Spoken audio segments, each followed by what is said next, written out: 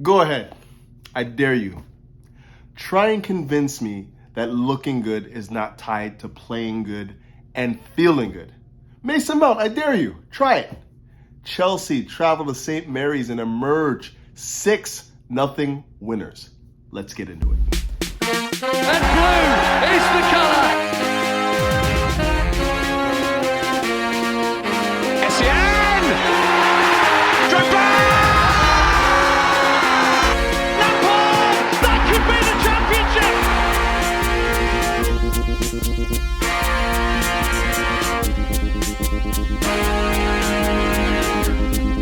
Greetings! Welcome back to Couch Critic with me, Dennis P, for what is another Chelsea match review, but more specifically, a tactical synopsis of Chelsea's performance against Southampton.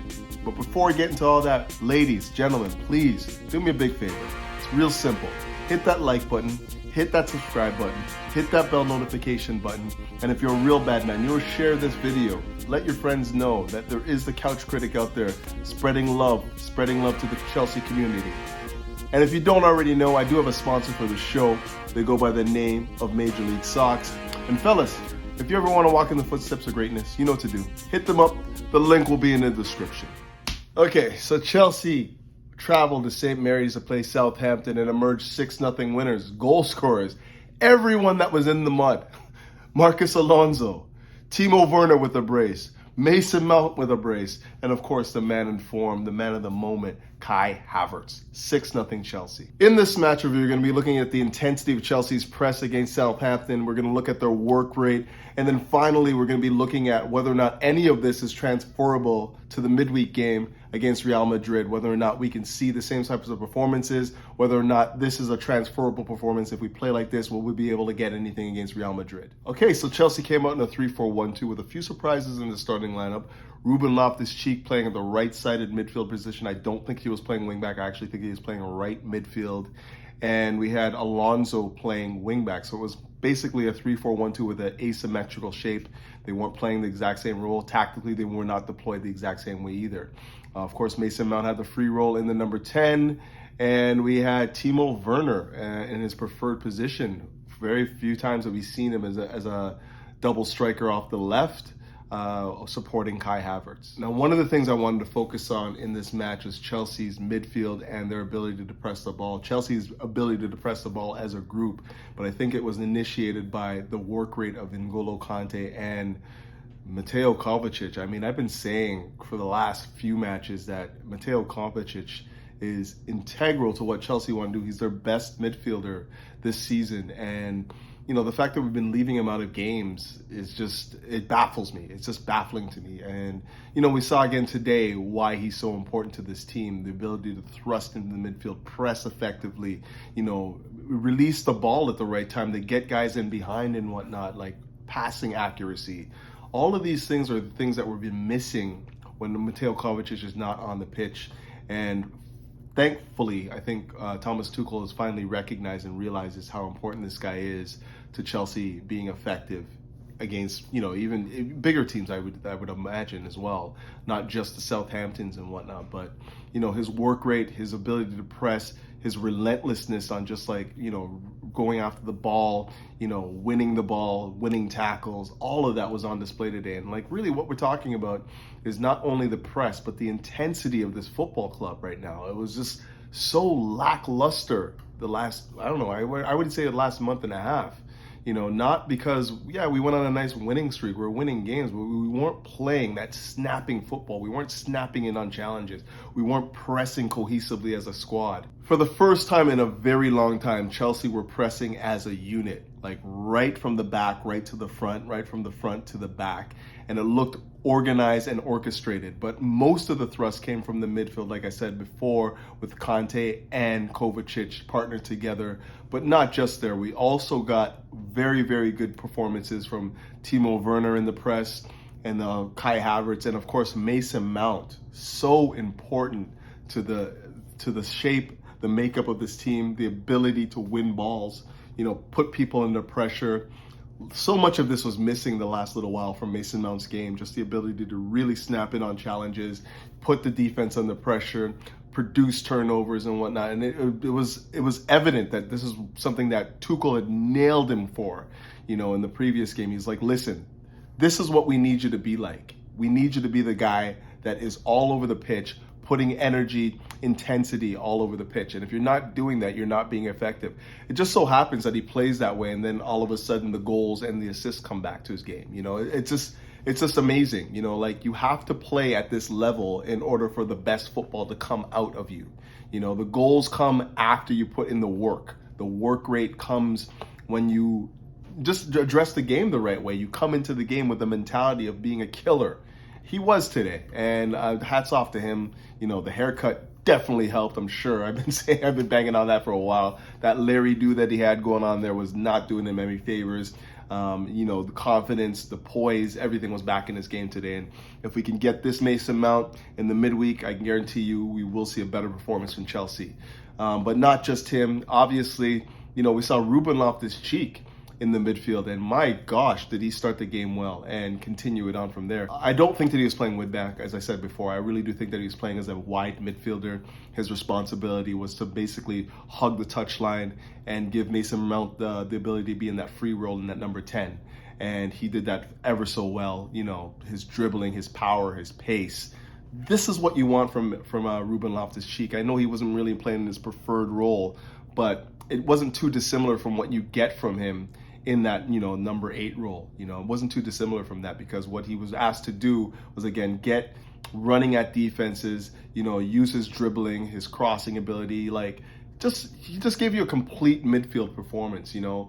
Outside of not being able to score, everything else was there. His tackling, his intensity was really high. And like I said, where I was speaking to Jem and I think it was Josh and Winter Surfer on GNA TV, and we're talking about whether or not Ruben Loftus-Cheek can be somebody that can, still play for this Chelsea team, and whether or not, he can give something more to this side, or has he just reached his apex and start to come down a bit. He is 26 years old. And it's performances like this that make you feel like this guy still has something to offer this club. He doesn't play very often, comes off the bench, and, he's starting to show that he's a complete midfielder. He's a guy that can play multiple roles for you. He gave us some good performances in the number 6, the beginning parts of the year, not so dissimilar from that the game that he played with Kovacic against Southampton in the earlier parts of the year, where he was very, very effective. Today he plays, wide midfielder and gives you everything you want from that position, like the power, the ability to get up and down the pitch. Really didn't have a lot of defensive responsibility. Left that to the right-sided defender, who was, I can't remember for the life of me right now. Was it Christensen? Yes, Christensen was on the right until halftime, and then when they subbed off Thiago Silva, it was Reece James in that role. But yeah, he just gave you everything you wanted in that side as a right-sided midfielder, and it's why I still believe that this guy has something to offer this club. But going back to the midfield, Mateo Kovacic, as I said before, is a difference maker. But not just him, we also had him partnered with N'Golo Kante, and it seems like the last 2 matches we saw N'Golo Kante, that was not, it definitely wasn't the N'Golo Kante that is the exponent, the guy that makes Chelsea exponentially better. I mean, he wasn't terrible, but he definitely wasn't very good. And, this game against Southampton, you would think that, with a guy like N'Golo Kante, who gives you so much on the pitch, that this would probably have been a game to rest him, to see if you can get him back to that same sort of form against Real Madrid. But Thomas Tuchel does it again. He plays him again in that midfield. And you're starting to see the N'Golo Kante of old come back to the fore, snapping into challenges, bursting upfield, making the right decisions in the final third, being the guy that he's playing 1-2s, he's dovetailing off of Kovacic. The midfield partnership looked fantastic today, playing off of each other, knowing when to press, when to sit. All of this was on display today, and I really think that a lot of what we saw today was just Tuchel talking to them and letting them know what makes them successful. It's not about trying to play these, beautiful, press up the pitch and trying to play 1-2s off each other, and it's work rate. It's work rate. This is what separates Chelsea from anyone else. The ability to work hard. If we're not working hard, if we're not pressing, we don't have the intensity levels extremely high, we're not going to be a very good football club. We don't have the ability to, like, pull all the strings in the midfield and, play balls, through balls into our strikers who then go on and dribble past and score. We don't have that type of ability. We have work rate. We have people that work hard in possession, out of possession, and we have the ability to be really intense, play at a high level of intensity.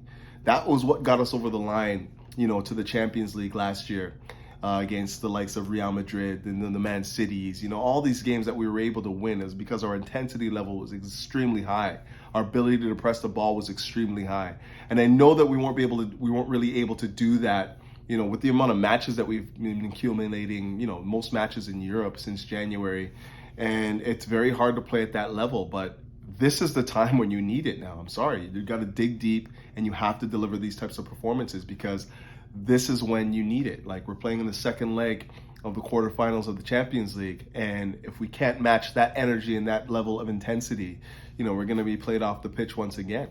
Oh, yeah. Okay, so we got Real Madrid next on Tuesday. And, it was a good bounce back performance. This is exactly what Chelsea needed going into this game. Score lots of goals, keep a clean sheet, find your form, find your intense levels. All of this is exactly what Chelsea need going into this game. But the question you need to ask yourself is whether or not this performance is transferable to the Bernabeu and whether or not the same sorts of things that we did today would be successful against Real Madrid on Tuesday. I think that some of it is transferable. I really do. I think the intensity level, the work rate, the commitment to the press are all things Chelsea can do on Tuesday and be successful at it. And that was basically the hallmark of this game. It's just whether or not we can have the recuperation, can N'Golo Kante recuperate fast enough to give us that sort of intense performance. Is whether or not Kovacic can recuperate fast enough to be the real general in that midfield. The other thing to consider too is Mason Mount. Can Mason Mount give you another performance like that? These are all questions that we can't really answer right now. But like I said, if we match that intensity level, if we match that work rate with the same personnel, I really do think that Chelsea have a chance to overturn this tie and get back into it. But those are the three things that I think need to happen. We need to have work rate, we need to press, and we need to play at a high intensity level, move the ball quickly. The things that we were successful at Southampton were basically the fact that we outnumbered their midfield. When N'Golo Kante's on the game, it feels like you have another midfielder in there. And, let's look at it realistically. Like, Southampton don't have the legs in midfield. And even after they lost Romeo early in the game, they just didn't have the intensity to match Chelsea's midfield three, which were, obviously N'Golo Kante, Kovacic, and Mason Mount. All three of those guys were playing at an extremely high intense level. And, the likes of James Ward-Prowse was not able to match that. The likes of Romeo before he came off was not able to match that. And, they basically set up their 4-4-2 and Chelsea played their 3-4-1-2 and were able to dominate the midfield area incredibly well, incredibly well. What we will face against Real Madrid is basically the same 4-3-3. And, they're going to have that midfield three in there with Casemiro, Modric, and Kroos. And, we're going to have to match up with them. We're going to have to go 3v3 in there. And if that means Mason Mount plays that same sort of role as a number 10, that might give us a little bit more solidity in the midfield. And maybe the ability to just control the match in the midfield a little bit more. The thing that we lacked last game was this energy in the midfield. They moved the ball extremely quickly. They didn't really have to run a lot. They were just moving the ball extremely quickly. And then once they got on the flanks to Valverde or to obviously Junior, they were able to just gallop into space. Obviously the lines that Chelsea played between the defense, the midfield, and the attack were just stretched. We left way too much space. I think if we keep that space to around 10 to 15 meters between defense to midfield and then midfield to the attack and move together as a unit, I think we may have a little bit more success at snuffing out some of these attacks, at keeping it nice and compact and keeping them from generating goal scoring opportunities at will. That's what we're gonna have to do. I didn't see a lot of that today. We didn't play with a shape that showed any sort of respect to Southampton. Like I said, Ruben Loftus-Cheek was basically just a wide midfielder, and we just left Christensen to control that right flank, and they didn't get much from that side. We also need to see on the left side whether or not we can get any sort of like cohesion on that left. I mean, we played Azpilicueta in the midweek, and unfortunately he has COVID, so it remains to be seen what we can do to affect the game, whether or not Alonso comes in and gives us something, some sort of like link with our wide attacker, whether it be Pulisic, whether it be Timo Werner, whoever it may be. We need somebody that can basically overlap and be effective, and also cognizant of what's happening in behind them, whether Valverde plays there or they play somebody else, Asensio, whoever. But these are the things that we need to see happen. And then ultimately, what we're gonna have to see is Chelsea score some goals. And Timo Werner, I'm probably gonna get killed for saying this, but like, I know he had a fantastic game. I rated him as my man of the match. I thought he had a fantastic game. He had 3 posts and 2 goals and an assist. That's a dominating performance. But it looked like Timo Werner was very comfortable playing against a Bundesliga side. That was what you got from Timo Werner. That was why Chelsea bought him, And Ralph Hasenhüttl is basically playing Bundesliga football, like really want to be playing high up the pitch, trying to take way too many chances, not enough midfielders to control the game. And Timo Werner just ate them alive, Whether or not you can see that sort of performance from Timo Werner against Real Madrid in the Bernabeu, I don't believe so. I really don't think that you're going to get that sort of performance from him, match after match. Really do think that was him playing at a level where he was very confident in the opponent and beating the opponent, and was able to find some confidence there. But going into the Bernabeu, 90,000 people screaming at him and stuff like that, I think the game is still in his head, and I don't want to see him, get the ability to kick on. But we do need somebody to play that role, play that sort of like attacking number 10-ish, number 9 in between, not necessarily as the wide attacking midfielder, but more inside. And I think that Pulisic didn't have a great game today, but I think that he probably would get the call for that, just because I really do think that, like, in big games he usually gives you a big performance, or he's been known to do that. So I want to see Pulisic back in there. I think that his pace, if he can get on the ball and run at Real Madrid, can make the difference. But again, I trust Tuchel. I know that, like, when he's looking at this game against Southampton and he's looking ahead to Real Madrid, he's going to take into account the performances that he was given against Southampton, and it's going to be very hard for him to leave Timo Werner out of the side based on that performance. The ability, like, obviously him and Kai Havertz were linking up extremely well against Southampton, but I mean, it's just whether or not he understands or he sees that, the level of performance, the intensity of the game versus Southampton is not going to be the same as, that against Real Madrid at the Bernabeu. But, only time will tell. But I do think I'm going to wrap it up there. The moral of the story: Chelsea, work rate, intensity, playing at a high level, pace, power, all of these things is what makes us successful as a club. When we're starting to, when that stuff starts to wane and we're not playing it effectively, when we have performances that are jaded like the ones that we saw from N'Golo Kante the last little while, we're not going to be a very effective football club. And Thomas Tuchel said as much in his post-match as well, where he's talking about this is the level, and if there's anything that we could now look forward to against this Real Madrid team is just the fact that we've got back to that level. He can now use that as the blueprint going forward. He can say, guys, this is how we're supposed to play. You see how we were snapping into challenges? You see how we played with the intensity level they could not live with? This is what we were successful at last year. This is why we were champions of Europe, champions of the world, because we were able to play at that intensity level. And now it's so fresh in your mind going into this midweek game against, Real Madrid.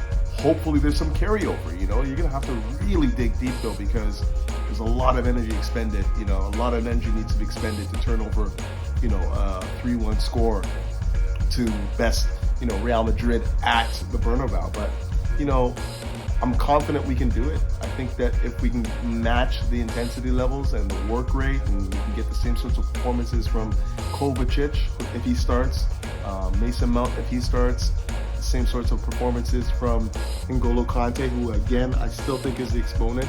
If N'Golo Kante is on his game, we become a world-class team.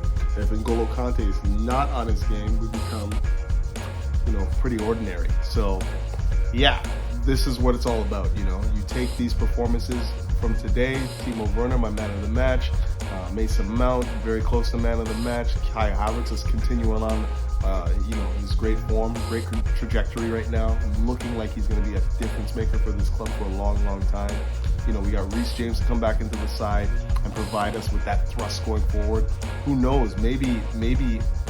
I don't think Tuchel's going to be brave enough to do it, but who knows if Azpilicueta can't make the trip, maybe you do play RLC at right wing or right midfielder and put Reece James behind him.